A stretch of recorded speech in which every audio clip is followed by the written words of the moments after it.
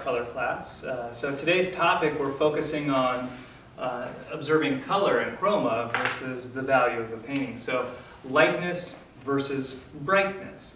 Now, unfortunately, when most of us are starting out and we observe something that's of unusually high chroma or really bright as we see it, we tend to interpret that as a light value. And so this is the source of paintings getting chalky and washed out in open studio. A model is under a very bright lamp and shining down on the model and illuminating a lot of color in the model's face.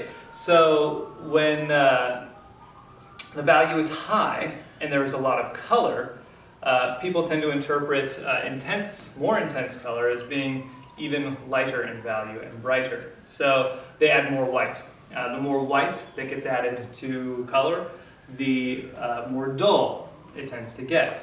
So students inevitably, when they're trying to raise the value of a painting, end up making it more and more washed out and lower chroma, which ends up being the exact opposite result that they're trying to achieve with the model and bright colors. So our goal here today is to observe when we're seeing situations in which the color is perhaps bright and we're thinking that it's the value that is bright instead of the color. So we need to make that distinction ahead of time. What is a high value versus what is a bright color? And sometimes they work in conjunction with each other. For example, when we look at some glazes and glazed paintings, a high value can have a pure glaze over it, giving it a very bright color as well. So glazed paintings can have the effect of being luminescent both in value and in color. But we're going to look here at some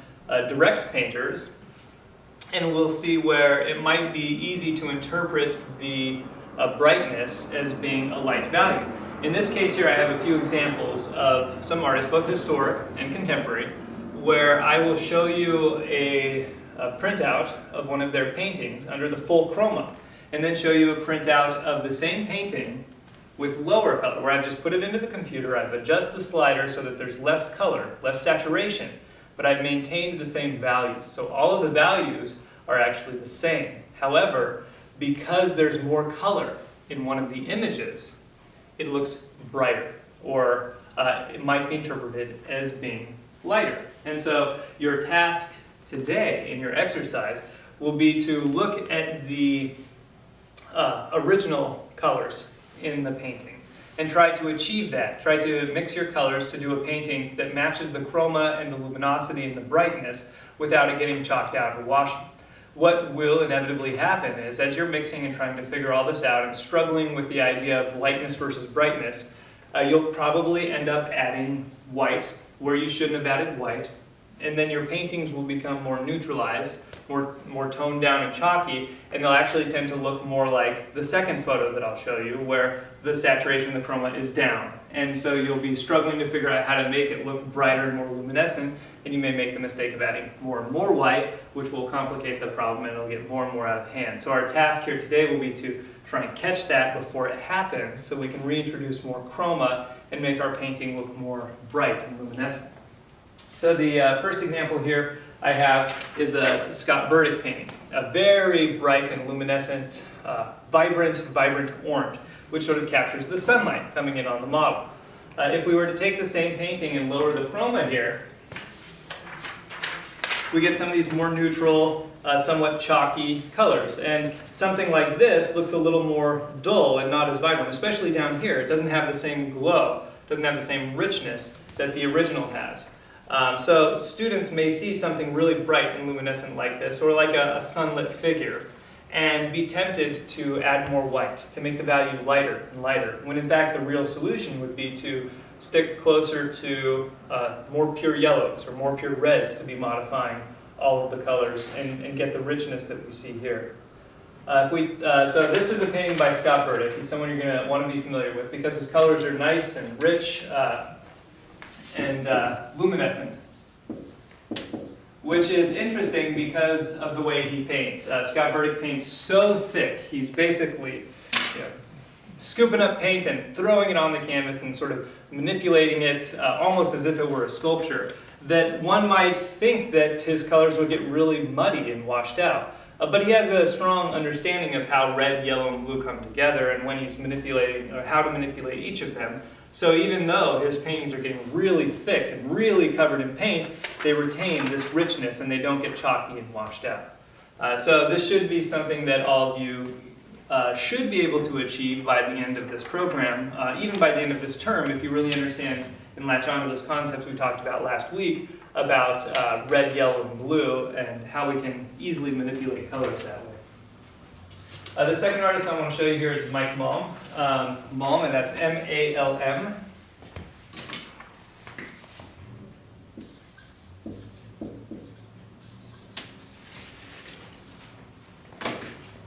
Mike Malm is an artist who is known to some degree for doing all of these sort of backlight effects here. So putting a spotlight behind the model and letting that sort of show and sparkle through, which adds a lot of richness and brightness. And even in the face, you know, he's got these nice rich reds and warm colors in here that really make the painting look bright all the way through. So even though it's so bright in here and so light and colorful, this still looks really rich and relatively light.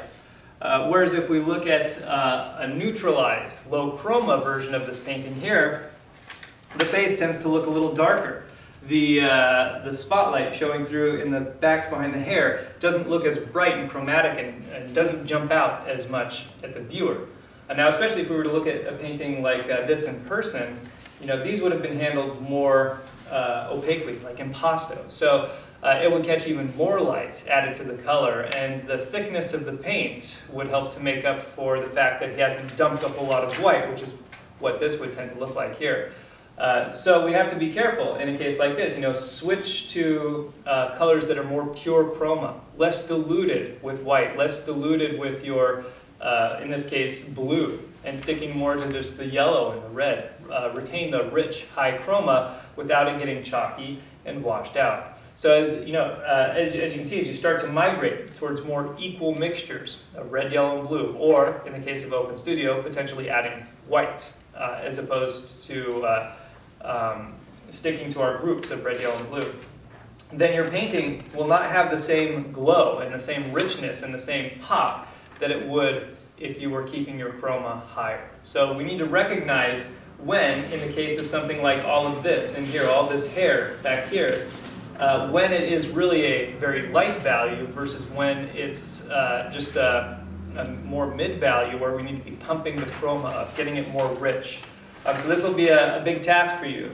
You don't want it to look too dark or muggy, because once something starts to look like our second reference here, the temptation again is going to be to add more whites to pump up the brightness, the apparent brightness of the hair in here. We need to try and isolate what's value, what's color. All of our whole year with drawing was to sort of understand that, to understand the value structure of something before we start launching into it with color. And we can also do what are called poster studies. So a poster study is just a preliminary value study of a subject, which will tell you, hopefully, what the value is before you start launching into it with color. So you don't have this temptation to say, oh, something looks brighter, I need to be adding white. You say, okay, something looks brighter here, but I know it's the correct value, so I must be switching to more pure red or yellow or blue to maintain that chroma. We have another one here by an artist named Derek Penix.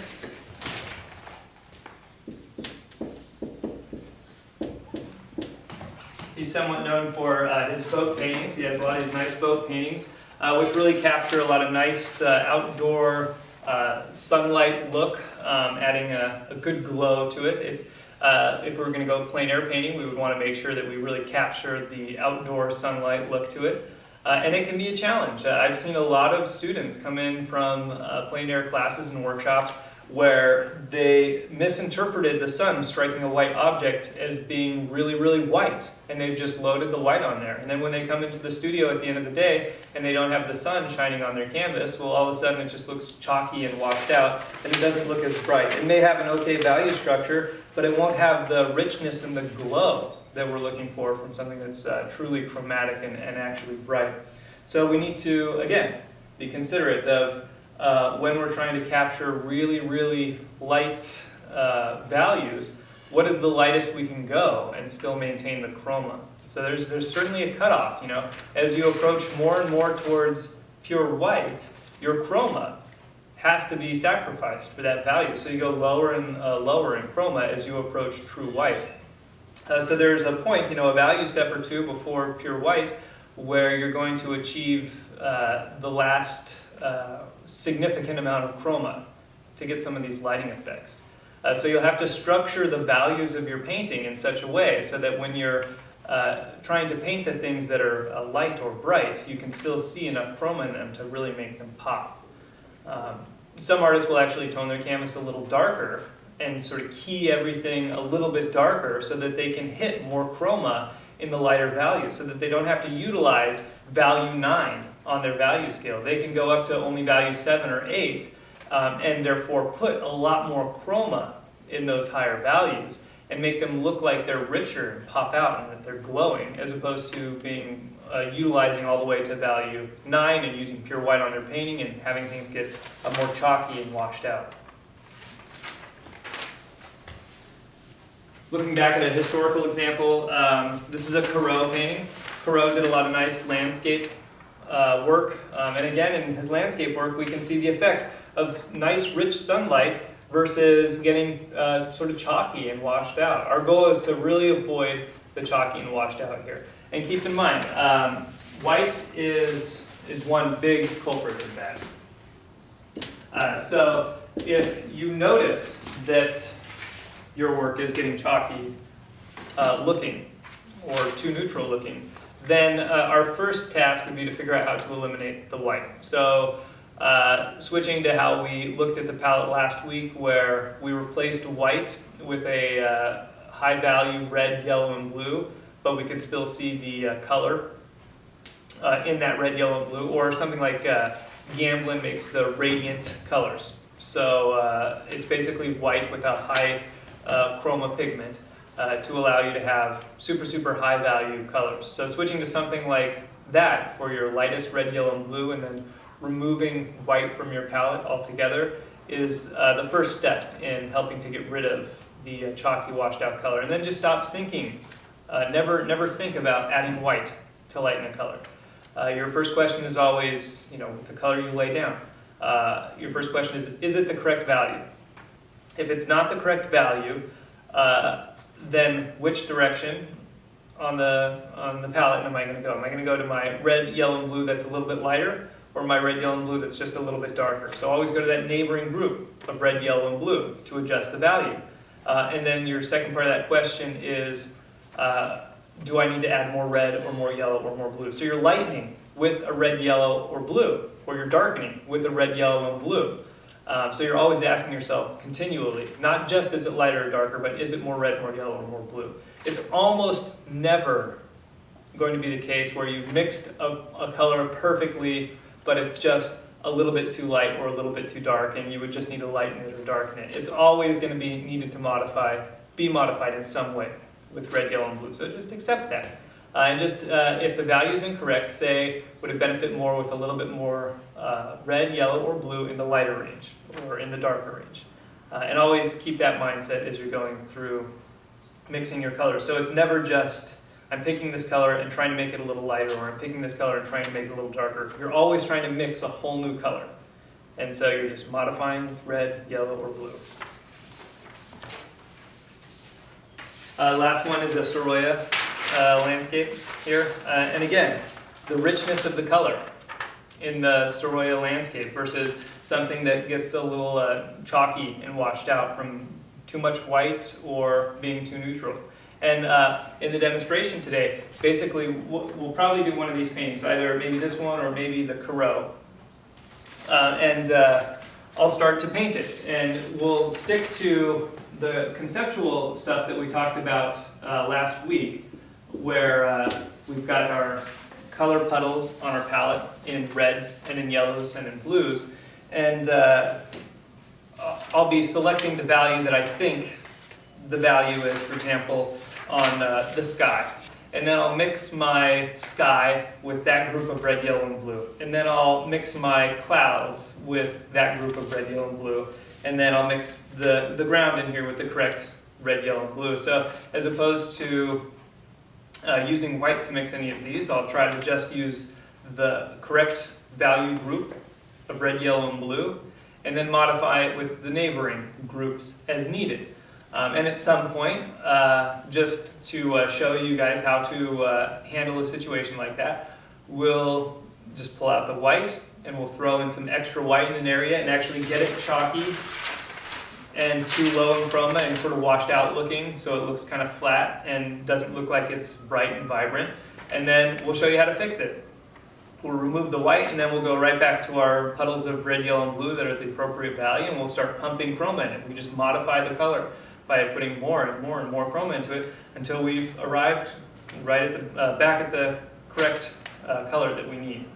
So thinking of paint and color this way is very liberating because it'll be easy to adjust.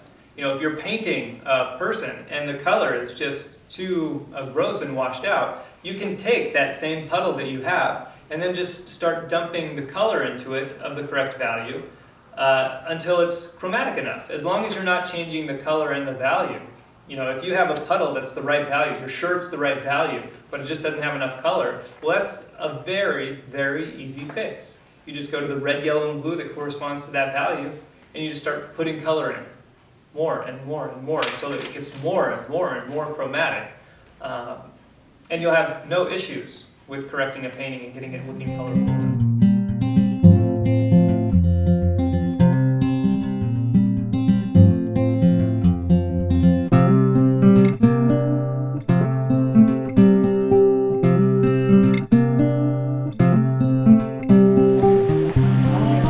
Okay, so for this exercise, again, the drawing doesn't matter too much, so just get your a basic drawing on there.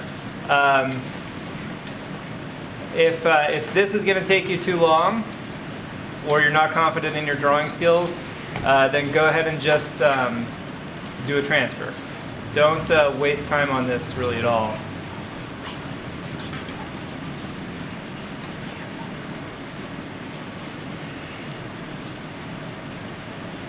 So the brushes that we'll use for this, I would recommend just big bristle brushes. And then, you know, tiny bristle brushes for the tiny shapes, but bristle brushes so we can really load paint on here. I don't want you to be actually dealing with any thinners. I don't want you to be dealing with any medium. Don't do any of that for the color class here, except maybe our glaze day.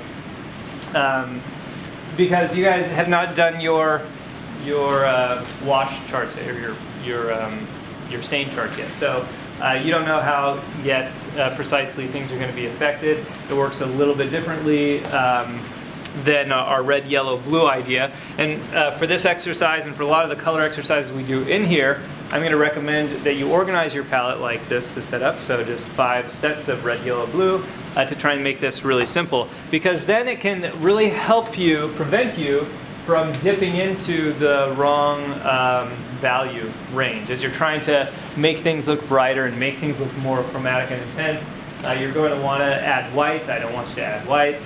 Stick to your value range that you've selected. If you've done a poster study of this, like if we're going to do a longer painting of this than just 15, 20 minutes here, I would want to do a poster study of this, and that would tell me which group to start in. And then if I have that knowledge and I start to lay down my color and it doesn't look bright enough, it doesn't mean I dump white into my mixtures. It just means I stick to the group that I figured out already in the poster study and then just push the chroma more and more and more until it's bright and luminescent enough. Excuse me. Yes. You know those 3 sets of whitish on the far left? The red, yellow, and blue on the left? Yeah. We only use that for the highlights then. We don't use that. Well, we're working from master copies here, so I want you to figure out what it is. So for example, I will use that group for my clouds, most likely. Yeah. I'm curious to see if they use it on the building. I might use it a little bit to lighten up this gray, but we can actually do something like this to see if it's, see my gray here is too dark for that. So I'm going to have to use the light group of red, yellow, and blue to get that. Yeah. So this is my low chroma. Keep in mind, this is my low chroma reference. that I'm just going to do real quick to sort of have a mess up for you guys to see.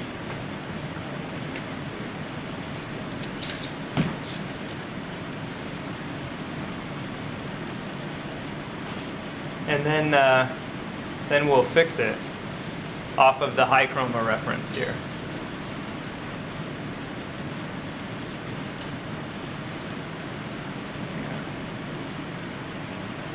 I'm going to lay this all in really quick here.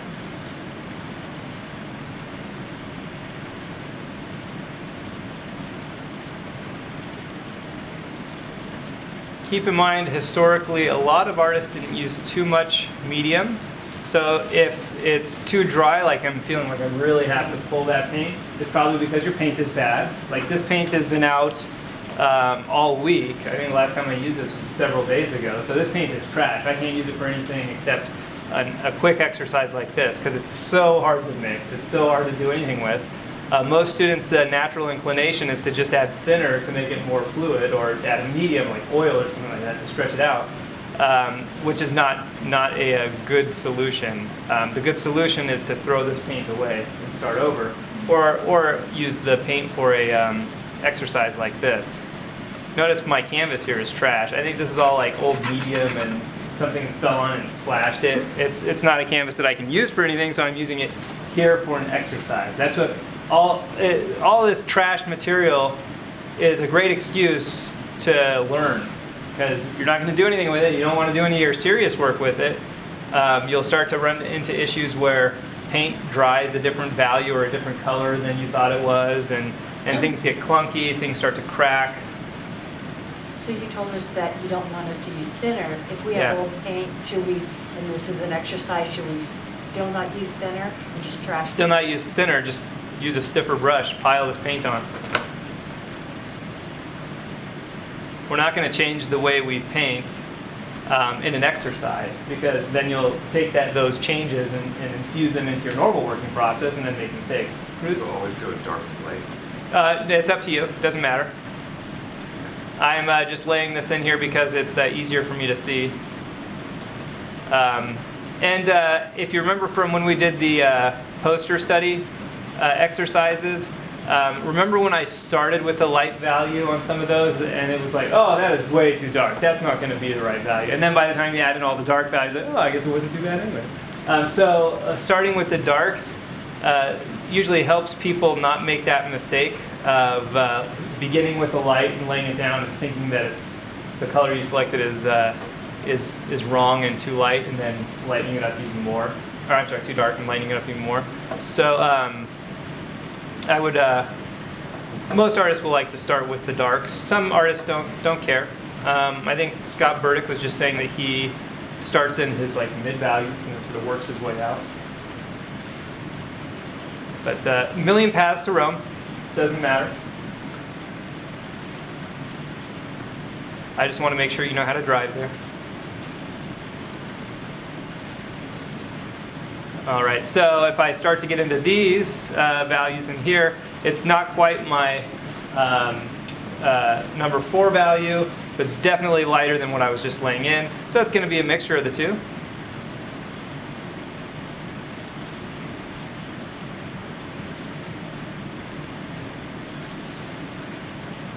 A little more red, a little of this red.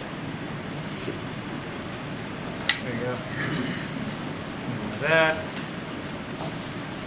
Keep in mind too, these do not need to be very complex. They can be relatively simple.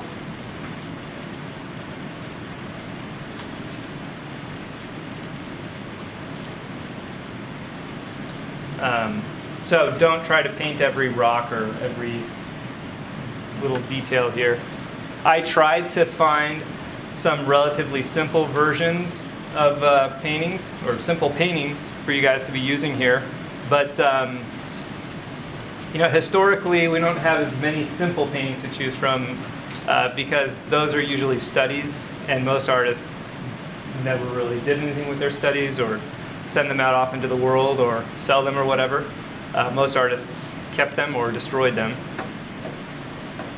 So that's why we only have finished products by a lot of artists until like Impressionists came along, and it became then eventually fashionable to collect artist sketches. So from masters, like the old masters, it's hard to find simple paintings because we usually see their finished compositions. Would they have a lot of apprentices doing the simple stuff? Oh, it's just studies. No. Yeah, it would just be studies, and they would a lot of them would trash them. Like we have no Caravaggio drawings. Like, does that mean Caravaggio never drew? That's highly unlikely. But it's just unfortunate for us because now we don't get to go study his drawings and try to learn the way he learned.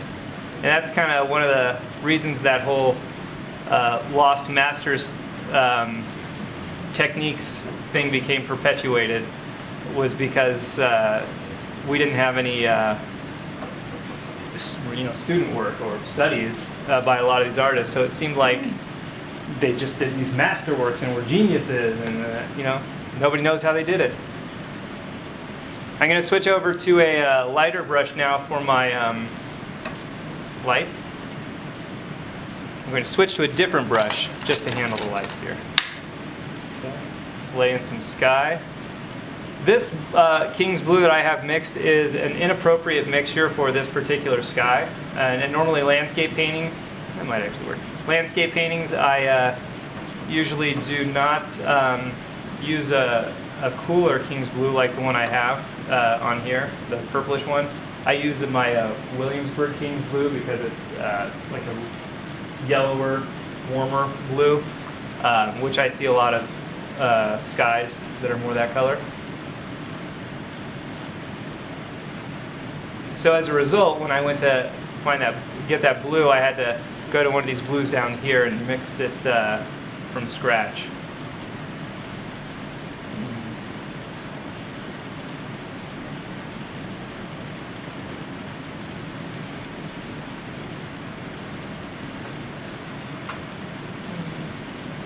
I'm just going to lay in the blue first, and then I'll come back and hit my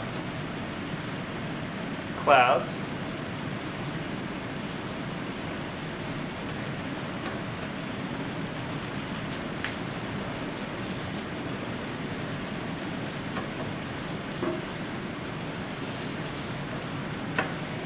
So eventually,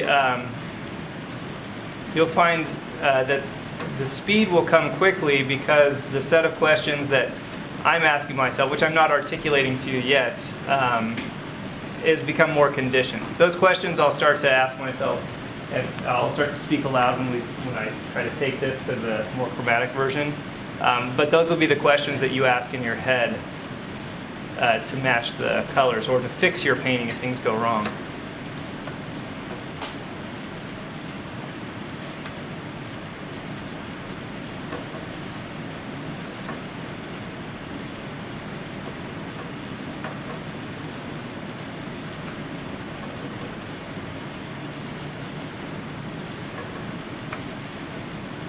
Do you have to step back often here or not in the space? Well, I would normally be stepping back a lot, but because we're only going to be spending another 10 minutes on this demonstration, I'm going to go through real quick for you guys. You guys should be stepping back every couple of brush strokes is a good goal.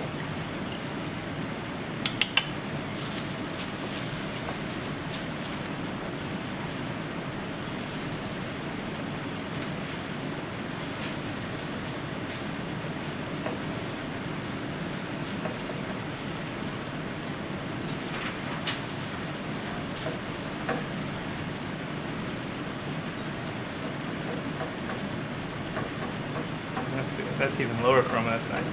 I'll leave anything that I paint in here that's too low chroma now because it's most likely what you guys are going to encounter here. So like this is too low chroma. That's pretty easy to see. It looks washed out chalky. But that's what we're going to learn how to correct here. So I'll leave that in for our correction stage.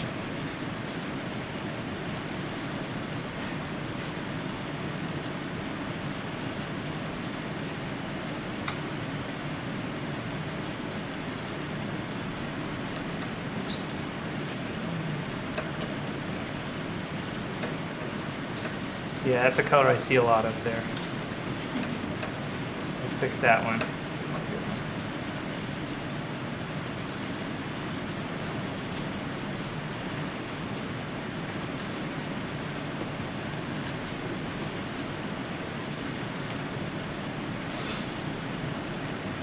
You just have to keep in mind that every painting is fixable. And especially if you're willing to work a little thicker, like I'm working here, you'll actually find that paints can sort of be sculpted, color can be sculpted really easily. It's when you start to thin down paint a lot and add a lot of mediums that things become harder to shift. But thick paint, when you throw it on, you might think that, oh, that's going to get all muddy if you throw a lot of paint on there. Not necessarily, because if you're not as concerned with the application, you can really free yourself up to focus on the color aspect of it. And that's kind of what we're doing here. Like, you don't need to be matching any brush strokes here. You just need to be tossing paint on to get the colors to match. And in a way, that you can find that a lot easier to figure out how to match color when you're freed up that way. Yeah, that's a good one. So that's obviously like fluorescent, like gross yellow here. So that's a good one. We'll fix that one. And that's about as complex as it needs to be for this exercise. Go ahead and throw our woman down here. I can't see it from here, Tim. Did you leave the top of the canvas unpainted? Yeah, I'll throw some clouds in there actually. But for down here, that's as complex as we want to go. That's actually too chromatic. Let's dial that down.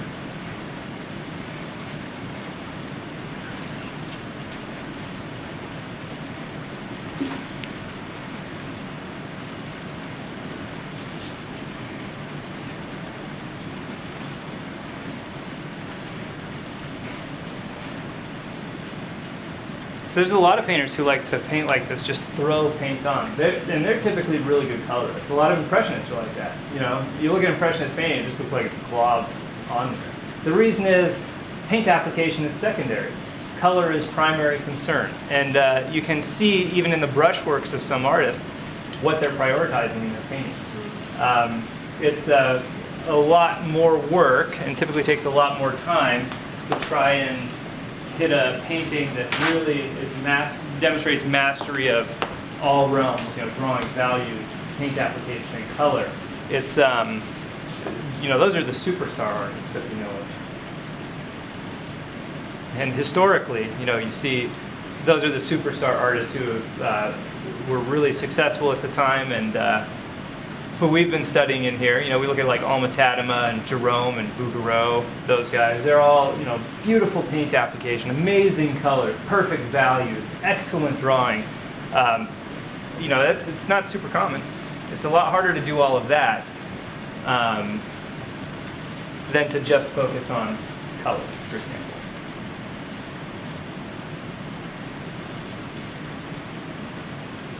So, clouds here.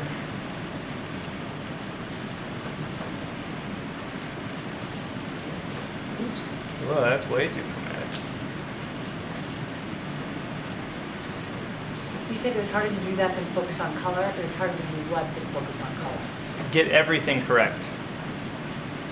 Good drawing, good paint application, great values, the whole gamut. Like trying to have a painting that demonstrates mastery of all of these is a lot harder than just one. Same reason why it's easier to do a drawing than it is to do a painting, because you don't have to focus on color and paint application, so you can focus on shape, value, and edge. It removes a lot of the other challenges in art, and so you'll have higher chance of success for a drawing. You'll never have an instance where a painting is more technically well done than a drawing, unless you're dealing with a situation where somebody has never used that particular drawing medium before. Like, you know, if I say to you, okay, well, do a drawing with a Sharpie marker and make it come out as well as a painting, your painting might come out better because you've never used a Sharpie marker to do an entire drawing. But removing that challenge, it's highly unlikely. And it's funny because I have students who are like that all the time. Oh, well, I can draw, or I can paint a lot better than I can draw. Anytime they've ever shown me a work that they've done, it has not been the case. It's just that painting can often conceal a lot of drawing errors because people are dazzled by color. And as a result, it's harder to become more objective and see all of the drawing issues in a painting.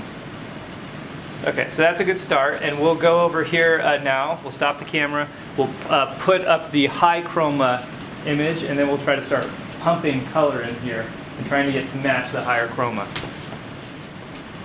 So for our cleanup painting here, we want to make sure our brushes are nice and clean, our palette is nice and clean. You may need to actually go back in and clean off the tops of your paint piles too, or lay out new paint. This is a thing I commonly see. Students tend to forget that as they've dipped into all these puddles, you're distributing, bad paint on top.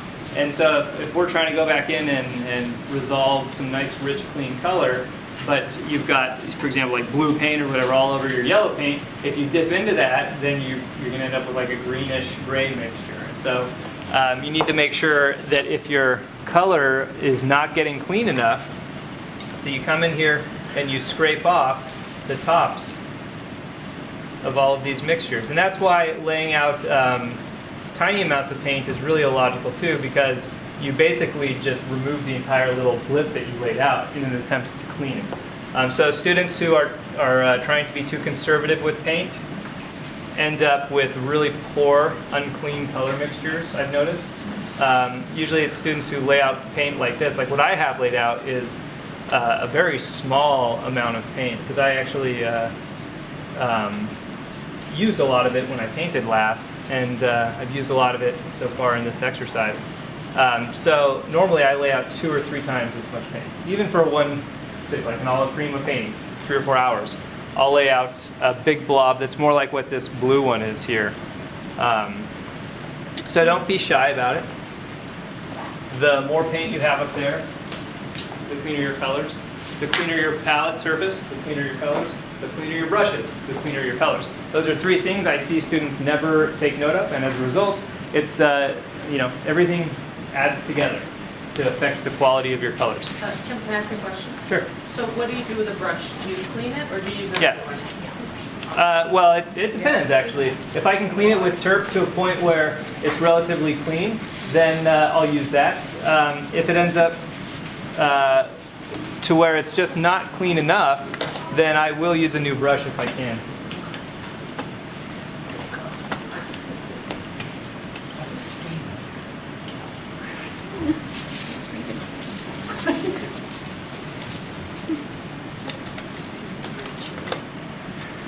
So I'll actually use a new brush for my lights here. I'm not even sure where I put the old one. This might be okay. Yeah, it's okay. And we'll start here. Now that I've put up the high chroma issue, I can clearly see where I need to go more colorful. But this is what I tend to see when I give students the reference on the left, and I come by, 30 or 40 minutes later, I see this one here on the right on their canvas. And so then we need to figure out how to get back to our reference. And we want to work a lot from these 2-dimensional sources because, again, it's going to get a lot more challenging and a lot more convoluted, a lot more conceptual as well when we start to work from light. So, figure out this mixing. Figure out how to save yourself, save your paintings, work your way out of the hole on these 2-dimensional ones, the master copies, so that we can be more comfortable and confident later on. So I know that my value is about right on here, and that value I had was between my 4 here and my 5. So I need to go back there, but what I see is that this is brighter.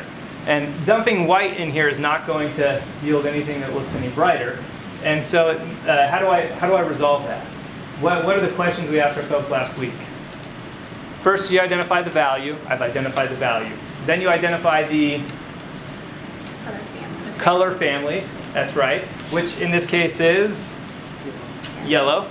And then I identify the saturation. And how do I modulate saturation? By increasing body? Higher dominance of a specific color in the mixture. Yes. So what Rand was hinting at, higher dominance of one of the colors here. We're working with red, yellow, and blue. And so neutral or gray or washed out muddy colors are created by equal influence, equal color influence of red, yellow, and blue. The more equal you get, the grayer it gets until you come with a perfect gray.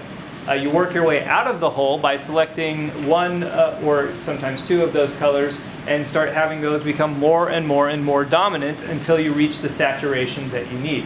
In this case, we can clearly identify that yellow is the color family. We can identify that my color is too low chroma. Thus, I have too equal mixture influence of red, yellow, and blue. So I need to start cutting out my, in this case, blue and my red influence and start having it be more and more yellow dominant. Now, if I were to go over to my colors that I have here, let's just take two yellows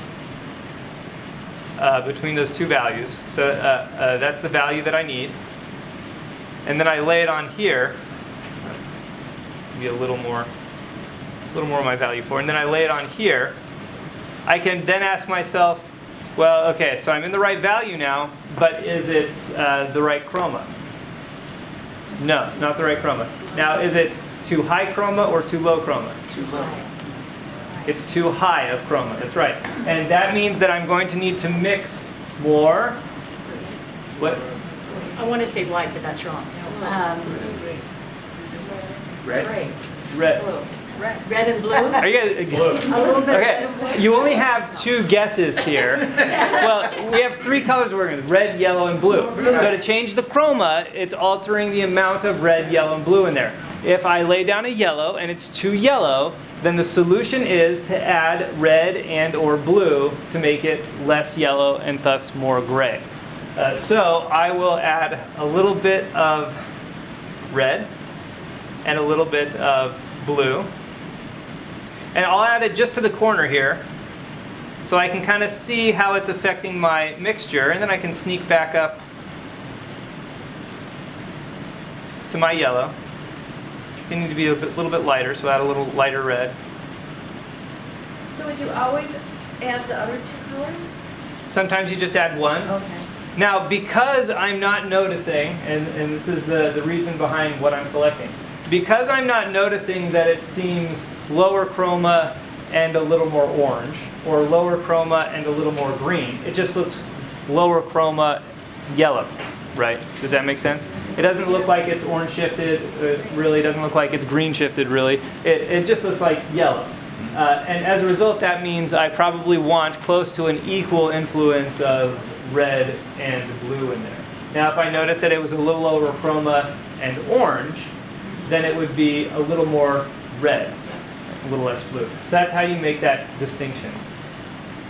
So you added the whites, but you don't call those whites. These are not whites. Right. They're not whites. Right. Is this I white? gotcha. That's what I'm saying. Now, if you don't want to pre-mix these, Gamblin makes colors called radiant colors straight out of the tube. You can buy them if you don't want to make them yourself. That's too low in value. But the chroma was getting pretty close there, actually. You mean radiant, when you buy radiant blue and you buy radiant white, that's what they are? Yeah, it's this value range of colors. I have some of those, Yeah. Red, blue. They're just, okay, so that's a little orange shifted. So I'm going to add a little bit more blue in this mixture. That's closer. A little bit more yellow on the left here. And a little bit more blue.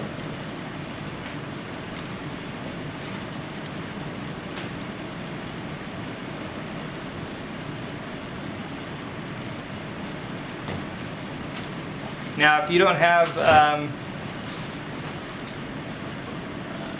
have pre-mixed already these light red, yellow, and blue, I don't think you should waste time in class mixing them. It'll take you like 30 minutes or more to mix them. So you might just want to lay a pile of white there. And keep in mind that white is a blue, so as you're conceptualizing this, raising the value, you're also adding blue, which means you're probably also going to have to add more yellow and or red to compensate for it. So it's a more convoluted thought process than what we're going through here. it's going to be foolish for you to give up this ability for us to think this way by not mixing these. So again, I recommend just buying some empty tubes, pre-mixing these ahead of time, or buying the Gamblin Radiant colors so that you have them ready to go. So you can see how we're slowly turning these muddy colors into the correct ones that we need. And we can even do little micro variations. On the right here, it's a little bit more orange. So I had a little bit more red influence in that yellow. And on the left side, it was a little bit more sort of yellowy green. So I had a hair of a blue influence in it. And we should be able to launch all the way around and just keep slow and steady at this, changing the chroma. And since my color is thick enough, my paint mixture is thick enough, I'm just scooping this on and laying it down, it's actually pretty easy to just go over what I have. So the lower mixtures aren't influencing, they're not mixing too much. What people have a real challenge with when you lay down paint and those undercolors are mixing and things are getting muddy because of that, it's because you're not using enough paint. So just scoop up more paint and lay it on even thicker in this exercise. And just keep changing as you go around the mixtures as needed. And don't start to stretch it. When it gets looking like this, you guys see how I can see the palette underneath those grays? That means my paint, I don't have enough paint there. It's not thick enough. I need to mix more. And this is what I see. Students will try to really stretch this out and lay it on. Well, if I were to lay this on, it's going to mix significantly with the crap color that I have underneath. And as a result, my mixture is going to just be muddy and dull again, and I'm going to have to mix even more. So you need to mix and mix, lots of paint, lots of paint. If we consider how long paintings take, you're probably, especially in the beginning, you should be spending 80 to 90% or more of your time mixing paint on the palette, and maybe 10% of the time actually laying a color down. You don't want to do mix, mix, mix, do, no, mix, mix, do, no, mix, do, or even worse, mix, do, do, do, do, do, do, do, do. That, you'll end up with a lot of mistakes that way. So you need to be really aware. Just be okay that it takes a long time, especially in the beginning, to mix paints. And don't try to stretch paint out just because you feel like you're running short on time.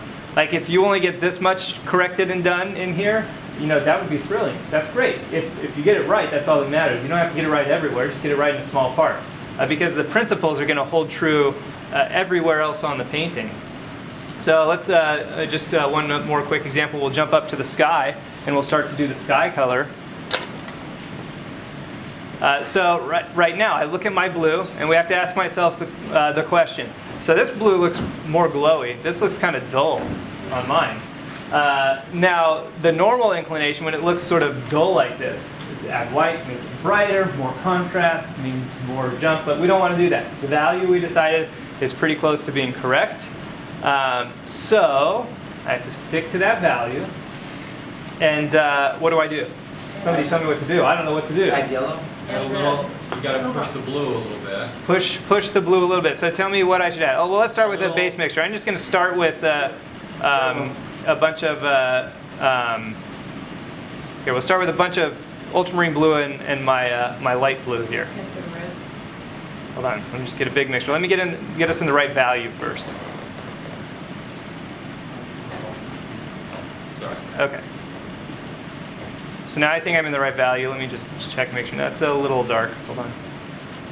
Why did you pick that blue? Why not a lighter blue? Well, I could have selected any of these dark 3 blues. My King's Blue was the wrong shade of King's Blue, remember. That King's Blue was made with a mixture of blue and alizarin. And so it's already really shifted that way. So it's going to be impossible to get a pure, clean chroma color out of that. So I just had to start with one of these light ones and add white. Okay, so that's blue mixed with my light blue. How do we feel about that? What? A little more what? A little more alizarin. A little more. Oh, you want to add alizarin to that? Woo! I'd add yellow. Add yellow? Let's see what happens when we add yellow. No. It's not green? No. Oh, okay. Well, if it's not green, you probably shouldn't add too much yellow. It's got red in it. It's got red in it. Faint, very Red. faint. Okay. So we can add a tiny bit of red.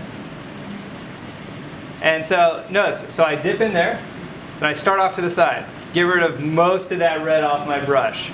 Then come in here and mix in here. Or we could even come up here. Mix in here.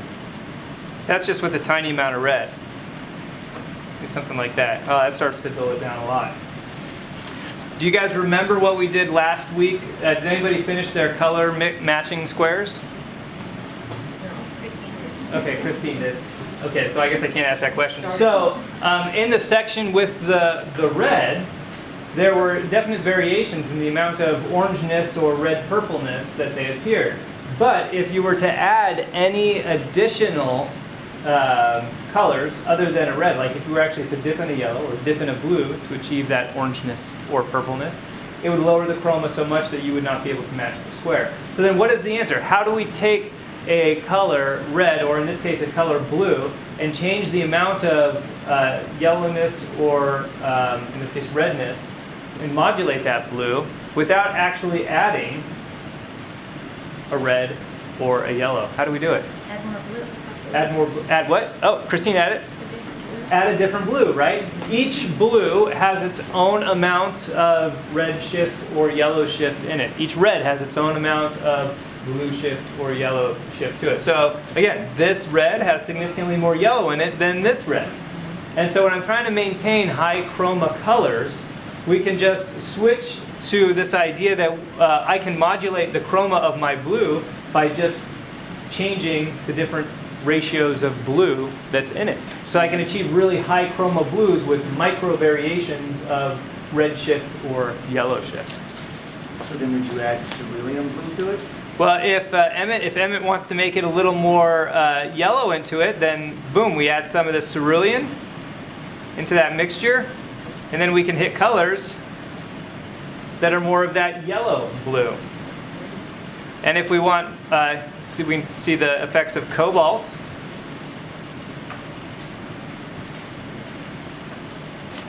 Cobalt's actually, in this case, in this range, it's more of our blue. And then ultramarine blue, in this case, actually has a little bit more purple in it. And so in a lot of situations up in here, the ultramarine blue is going to be a good solution of blue to hit a few of those purpley accent notes.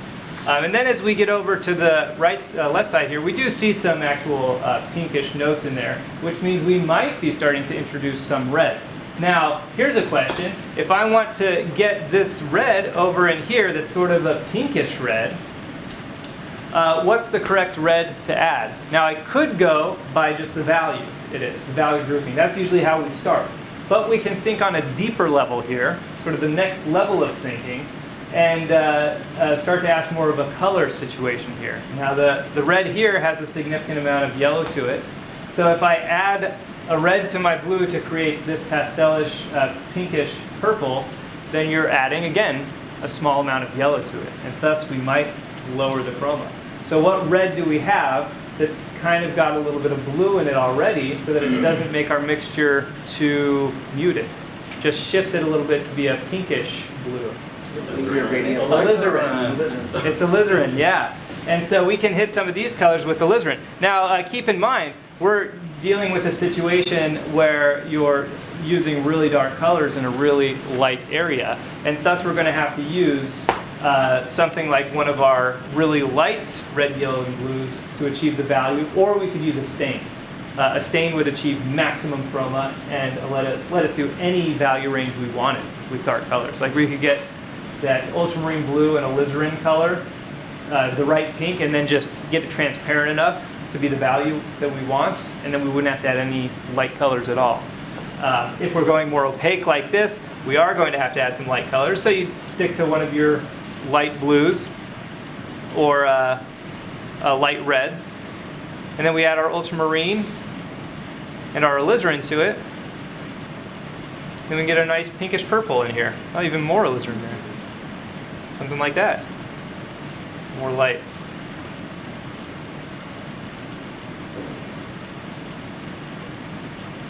That's too light. Just change the direction of the stroke. There we go, right?